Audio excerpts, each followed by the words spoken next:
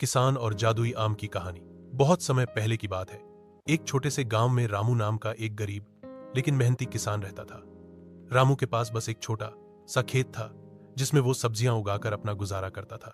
एक दिन जब रामू खेत में काम कर रहा था तभी उसे जमीन के एक कोने से अजीब सी रोशनी आती दिखी।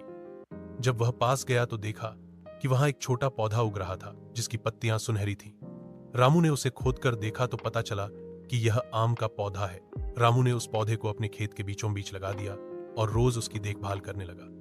कुछ ही महीनों में वह आम का पेड़ बन गया और एक दिन उसमें सिर्फ एक ही आम निकला, लेकिन वो आम चमक रहा था और उससे मीठी खुशबू आ रही थी। जैसे ही रामू ने उस आम को छुआ, एक तेज रोशनी फैली और एक जादुई राक्षसी आवाज आई, रामू, यह कोई साधारण आम नहीं है।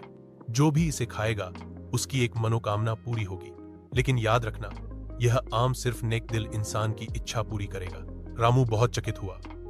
उसे बहुत सारी इच्छाएं थीं, बड़ा घर, ढेर सारा पैसा, आराम की जिंदगी। लेकिन उसने सोचा, अगर मैं इसे खुद खा लूं तो बस मेरा ही फायदा होगा। क्यों ना इसका उपयोग किसी और की भलाई के लिए करूं। तभी उसे याद आया कि उसके गांव में एक बुजुर्ग दंपति थे जो बीमार और गरीब थे। रामू उनके पास गया और उन्हें आम दे दिया। जब उन्होंने आम खाया तो चमत्कार हो गया। वो दोनों पूरी तरह स्वस्थ हो गए और उनका टूटा घर एक सुंदर मकान में बदल गया। इस नेक काम की खबर पूरे गांव में फैल गई। तभी उसी रात वह जादुई आवाज फिर आई, रामू, तुमने अपनी इच्छा को छोड़कर दूसरों के लिए सोचा, इसलिए अब यह पेड़ हर साल एक जादुई आम देगा और वो आम उसी को मिलेगा जो सबसे ज्यादा नेक और दयालु होगा।